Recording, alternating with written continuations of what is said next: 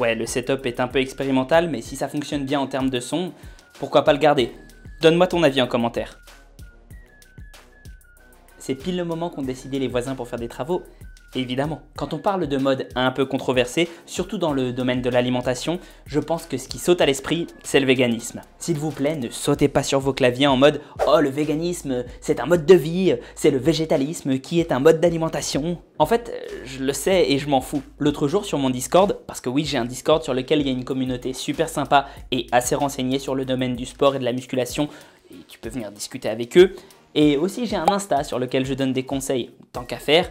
Et je peux aussi te conseiller de passer sur ma page Utip ou Tipeee si tu veux que la qualité des vidéos s'améliore ou simplement me récompenser pour le travail actuellement fourni. Sinon, tu peux toujours liker, partager, t'abonner, commenter, activer la cloche, ça fait toujours plaisir. Et bref, reprenons. Quelqu'un m'a fait part de cette publication qui m'a semblé quelque peu singulière. Une étude britannique réalisée sur 696 hommes en bonne santé a montré que les véganes avaient en moyenne un taux de testostérone 13% plus élevé que les mangeurs de viande. Et ce n'est pas une surprise. Non seulement les véganes ont un niveau de testostérone plus élevé, mais leur système reproducteur fonctionne mieux. En effet, les consommateurs de viande sont aussi davantage touchés par les troubles sexuels tels que la dysfonction érectile. La dysfonction érectile est directement causée par un manque d'oxyde nitrique, fruits et légumes, et un excès de graisse saturée très présente dans la viande et les produits laitiers. Cela cause un trouble appelé dysfonction endothéliale, qui est un mécanisme métabolique également impliqué dans le diabète de type 2 et les maladies cardiovasculaires. Il a également été prouvé que le poisson était aussi néfaste pour la production de testostérone. Une étude menée sur des consommateurs réguliers de poissons a mis en évidence un lien entre le taux élevé de PCB dans le sang de ces personnes et une diminution du taux de testostérone. Ainsi, les toxines accumulées dans les poissons mers pouvaient affecter le développement génital des garçons et les fonctions sexuelles des hommes. Certaines personnes diront que la testostérone est produite à partir du cholestérol et que l'alimentation végétale n'en contient pas. Mais on sait aujourd'hui que le cholestérol alimentaire n'a que peu d'influence sur le cholestérol sanguin et que le corps produit naturellement le cholestérol à partir de graisse. Mettons également fin au mythe des phytoestrogènes isoflavones du soja qui seraient semblables à l'œstrogène et qui diminueraient le taux de testostérone. Une méta-analyse conduite par des experts en nutrition Jill Hamilton Reeves et Mark Messina a démontré que ni les aliments à base de soja ni les suppléments à isoflavones n'altèrent les mesures de la concentration de la testostérone chez les hommes. Les 8 aliments qui stimulent le plus la testostérone sont les graines de courge, l'avocat, les crucifères, choux et brocolis, le thé vert matcha, le quinoa, le raisin, les haricots rouges, les bananes. Une page qui compte tout de même près de 4000 personnes nous balance ça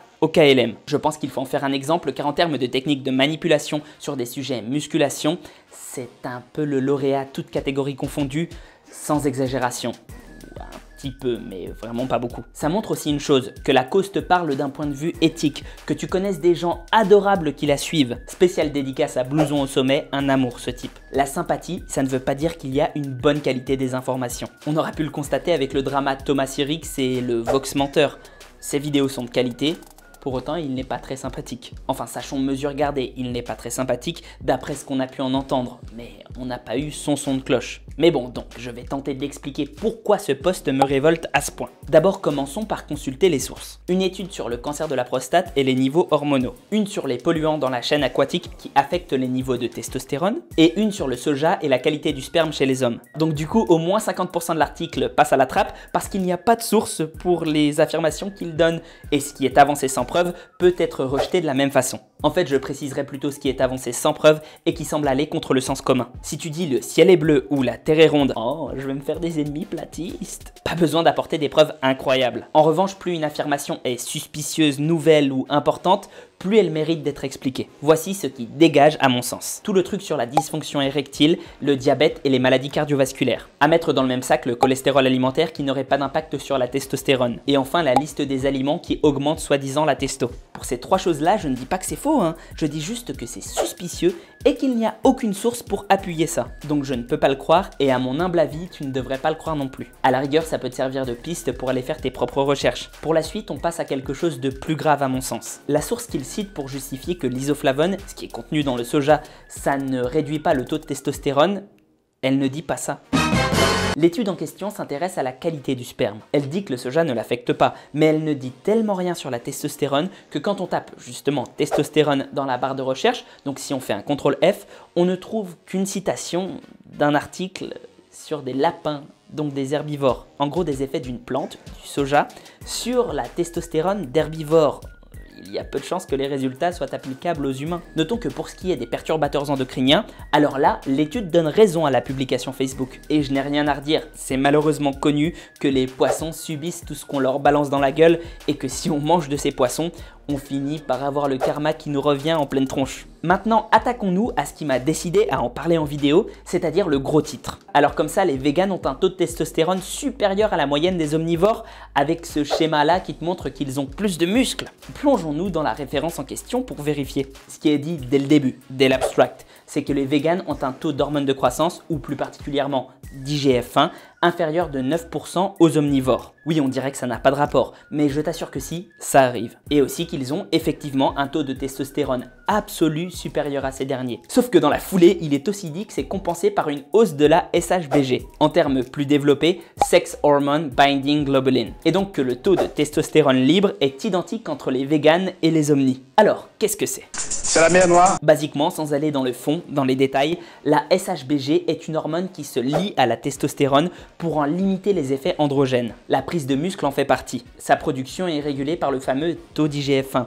Moins il y en a, plus il y a de SHBG. Or, on sait que chez les véganes, il y a moins d'IGF-1 puisque l'article vient de le dire. Si on fait 2 plus 2, on se dit que peut-être le corps produit plus de testostérone pour contrer les effets de la SHBG qui augmente, puisque le corps adore l'homéostasie. Ce qui irait totalement avec la constatation de l'étude, à savoir que le taux de testostérone libre ne varie pas entre les véganes et les non-véganes. En définitive donc, ce que clame haut et fort le titre du post, c'est de la fumisterie. Et s'il y a bien une leçon à en retirer, c'est que d'une part, il vaut mieux lire un minimum ses sources, et de l'autre, qu'il vaut mieux prendre des études faites pour le sport, parce que sinon, on passe pour un peu bête. En tout cas, si on veut rester dans les domaines du sport et qu'on veut parler à des sportifs. Deuxième analyse. Ça fait un moment qu'on me parle de Casas Novas en me disant « Si jamais tu veux des références scientifiques sur le jeûne, c'est lui qu'il faut aller voir ». Mais j'ai vraiment toujours eu du mal avec les personnes qui ne sont l'avocate que d'une seule méthode, en particulier quand celle-ci est à la mode. Je te le dis maintenant car après tout, peut-être que ça m'a aussi biaisé dans mon analyse. Mais ce que j'ai trouvé me laisse tout de même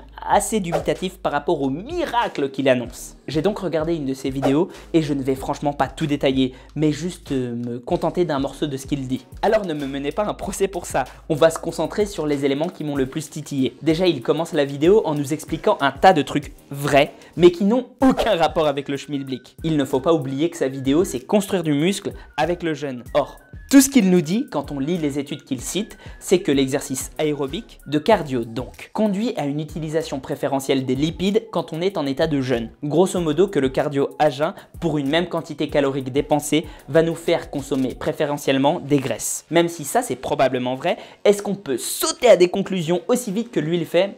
Je ne pense pas. Voici quelques questions auxquelles il ne répond pas. Est-ce que le fait d'utiliser des graisses de façon temporaire quand on fait ce type de sport va nous aider à être moins gras à long terme? Qu'en est-il du ressenti, du niveau énergétique? Est-ce qu'on est capable de faire autant de cardio quand on est à jeun? Est-ce que la récupération sera la même et ne risque-t-on pas de surcharger son corps si jamais on lui applique ce stress supplémentaire? Les études sportives les plus sérieuses sont menées à long terme. On ne peut pas se contenter d'extrapoler des mesures immédiates. L'exercice se considère avec un ensemble de facteurs et pas une réduction de ces derniers. Bon, ça c'est une chose, mais là on arrive à la première affirmation fausse. En jeûne, vous perdez moins de muscles qu'en non-jeûne. C'est juste hallucinant. À entraînement égal. Il nous explique que faire du sport à jeun permet de retenir plus de muscles que quand on n'est pas à jeun. Or, l'étude qu'il cite ne dit absolument pas ça. Elle dit que quand on fait jeûner des personnes et qu'on leur retire leur hormone de croissance par un moyen ou par un autre, alors quand elles font du sport, elles perdent du muscle. En gros, la seule conclusion qu'on puisse tirer de cette étude, c'est que quand on fait du sport à jeun, alors la sécrétion naturelle d'hormones de croissance t'aide à éviter de perdre trop de muscles. Je le répète, aucune comparaison n'a été faite avec des personnes qui ont mangé. Ça permet d'avoir plus de testostérone, ça permet d'avoir plus d'hormones de croissance. Ça permet d'avoir plus de testostérone? Aucune étude qu'il cite ne le confirme. Mais même si c'était le cas, je te renvoie à un très bon article qui t'explique que le fait d'avoir plus de testostérone pendant tes séances, ça ne veut rien dire. C'est plutôt le taux de testostérone général en dehors de tes entraînements qui t'aidera à construire du muscle. En gros, une adaptation chronique, et c'est plutôt logique. Le but de ta séance, ça n'est pas de reconstruire du muscle à l'instant T. Donc encore une fois, tout ce délire d'hormones, de catécholamine, de cortisol, etc. C'est bien, hein ?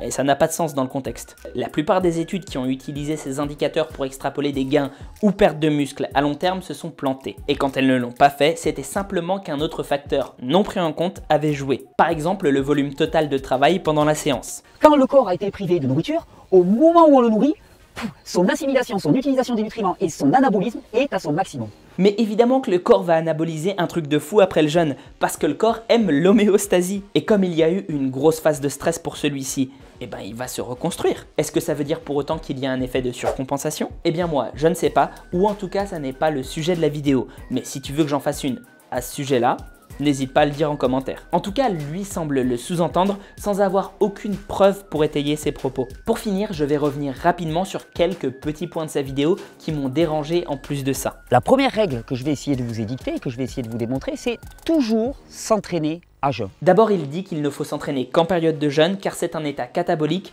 et que comme l'entraînement favorise aussi le catabolisme, tu as toutes les chances que ça augmente tes performances. C'est un raisonnement biaisé. Tu sais ce qui est aussi catabolique?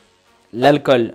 Et pourtant, on entend rarement parler de bodybuilders qui se peintent la gueule juste avant d'aller faire une séance parce que c'est meilleur pour les gains musculaires. Je vous assure que pour avoir suivi des personnes qui s'entraînaient fortement et avec intensité, ils voient une différence colossale en respectant ces principes-là tout simples. Ensuite, on a El Famoso. Mais pour moi et pour les gens que je connais, ça marche. Alors déjà, qu'est-ce qui me prouve que ces gens et lui-même ont vraiment vu des améliorations? Qu'est-ce qui me dit que si ces améliorations existent bel et bien, elles sont attribuables au jeûne? Je veux dire, je ne le traite pas de menteur, mais les on-dit et l'expérience personnelle, c'est beaucoup trop flou pour moi. On peut par exemple être victime de l'effet placebo, à savoir qu'on peut penser faire quelque chose de super pour nos performances et que ce soit en réalité l'auto-persuasion qui cause ces résultats bénéfiques. Un effet très courant dans le monde du sport et je te renvoie à cette ancienne vidéo où je traite le sujet parmi d'autres. Je n'ai rien contre Casas Novas en particulier, peut-être qu'il a voulu bien faire et peut-être qu'il est intimement persuadé des sujets qu'il défend. Je ne me permets pas de faire des jugements de valeur sur qui il est.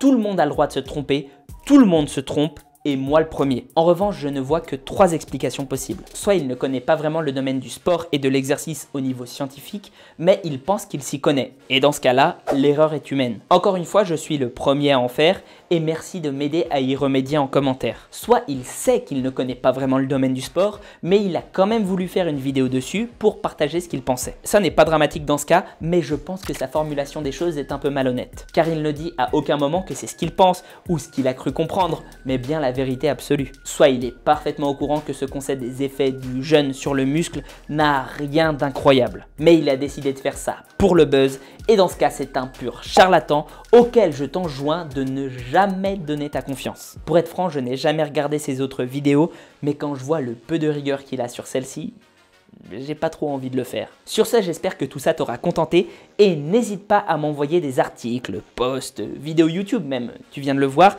qui te semblent un peu suspicieux pour que je puisse les analyser et te faire de nouvelles vidéos de cette série. Ça me fait du contenu, ça t'apporte des réponses, c'est donnant-donnant. Prends soin de toi et à la prochaine. Et je suis sûr qu'entre les véganes et Casas Novas, l'espace commentaire va être un champ de mine.